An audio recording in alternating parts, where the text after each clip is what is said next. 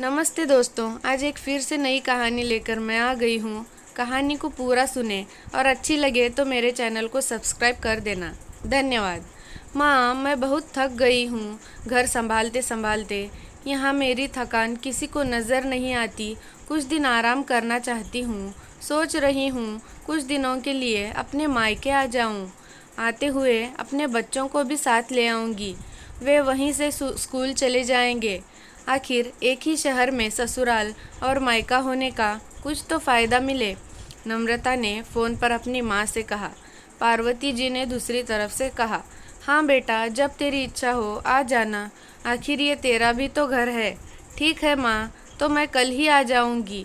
नम्रता खुश होकर बोली। हाँ बेटा, कल ही आ जाओ, मैं तुम्हारा इंतज़ार करूँगी। अभी मैं फ़ोन रखती हूँ, मुझे मंदिर भी जाना है। कमला जी ने फ़ोन रख दिया और सीधे किचन में गई। किचन में खाना बना रही बहू से बोली, अरे अनुपमा, सुनो, कल तुम्हारी ननद आ रही है।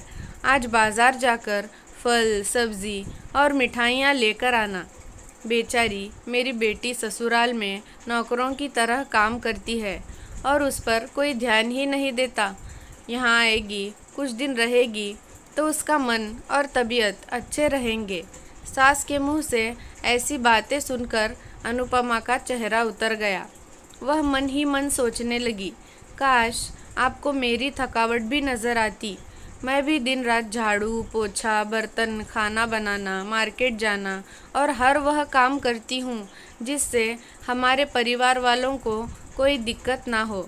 काश आप मुझ पर भी ध्यान दे पाती।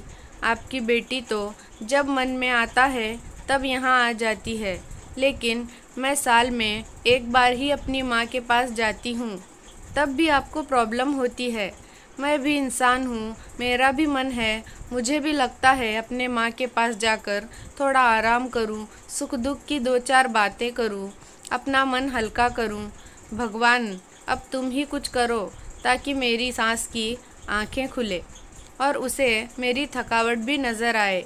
शाम तक भगवान ने जैसे अनुपमा की सुन ली और उसकी ननद का फ़ोन आया।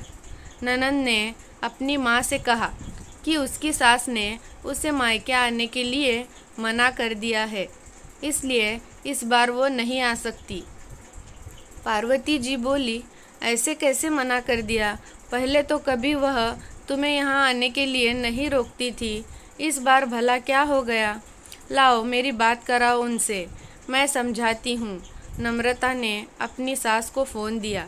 पार्वती जी ने कहा, नमस्कार समदन जी, आपसे कुछ कहना था। समदन जी ने कहा, कहिए। दरअसल नम्रता कल त्योहार है, इसलिए अपने मायके आना चाहती है। अगर आप उसे भेज दें तो अच्छा रहेगा। नम्रता की सास ने कहा, देखिए समदन जी, आपकी बेटी मायके जाकर रहे, इस बात के लिए हमने उसे कभी नहीं रोका और इस बात से हमें कोई प्रॉब्लम भी नहीं है। कुछ दिनों पहले मैं अपने रिश्तेदार के शादी में गई थी। वहाँ आपकी बहू अनुपमा की माताजी से मिलने का मौका मिला। उनसे गपशप करने के दौरान उनकी बातों से पता चला कि अनुपमा को साल में एक भी बार अपने मायके जाने को मिलता है और वह भी बहुत कम समय के लिए। मुझे लगता है आपको पहले अनुपमा को उसके मायके भेज देना चाहिए और वह जब मायके होकर आ जाएगी तो मैं नम्रता को आपके पास भेज दूंगी। एक बहुत ज़रूरी बात जो मुझे लगता है आपको समझ लेनी चाहिए कि आपको अपनी बहू को भी बेटी की तरह या बेटी से भी ज़्यादा प्यार देना चाहिए। उसे भी मायके जाने की इच्छा होती होगी। हो सकता है नम्रता के वहाँ आने से उसकी आवभगत करने के लिए आप उसे मायके नहीं जाने देती होंगी, या फिर वह आपसे कुछ कहने से अभी डरती हो। अगर आप उसको घर में ही कैद रखोगी तो एक दिन ऐसा आएगा जब वह आपके खिलाफ़ बोलने लगेगी। फिर वह आपकी सुनेगी भी नहीं और जब चाहे तब अपने मायके जाएगी। ऐसी परिस्थिति आए, इससे अच्छा है कि आप ही कुछ बदलाव अमल में लाएं, जिससे आपका रिश्ता और रिश्ते की मिठास खराब ना हो। पार्वती को अपने समधन के हर एक शब्द में सच्चाई नज़र आई। उन्हें महसूस हुआ कि उन्होंने अपने बेटी के प्यार में अंधे होकर कभी भी अपने बहू के मन का विचार ही नहीं किया है। उन्होंने हमेशा ही अपनी बेटी को अपने बहू से ऊपर रखा। दूसरी तरफ नम्रता भी अपनी भाभी के बारे में हो रही इस बातचीत को सुन रही थी। उसने भी रियलाइज़ किया कि वह कभी भी अपनी भाभी के साथ ठीक से बात नहीं करती और जब जब वह अपने मायके जाती है तो भाभी थोड़ी उदास रहती है। पार्वती जी ने अपनी बहू को बुलाया और उसे कहा कि अनुपमा, कुछ दिनों के लिए नम्रता नहीं आने वाली है, इसलिए पहले तुम अपने मायके होकर आओ। यह सुनते ही अनुपमा का चेहरा खिल गया, क्योंकि यह पहली बार था जब उसकी सास ने सामने से उसे अपने मायके जाने के लिए कहा था। अगले दिन अनुपमा अपने मायके गई और इस बार 1-2 दिन नहीं, पूरे हफ्ते भर रहकर आई। अपने माँ बाप से, अपने रिश्तेदारों से मिलकर आई और जब वह लौट कर आई तो उसका चेहरा खिला हुआ था, उसकी आंखें चमक रही थी।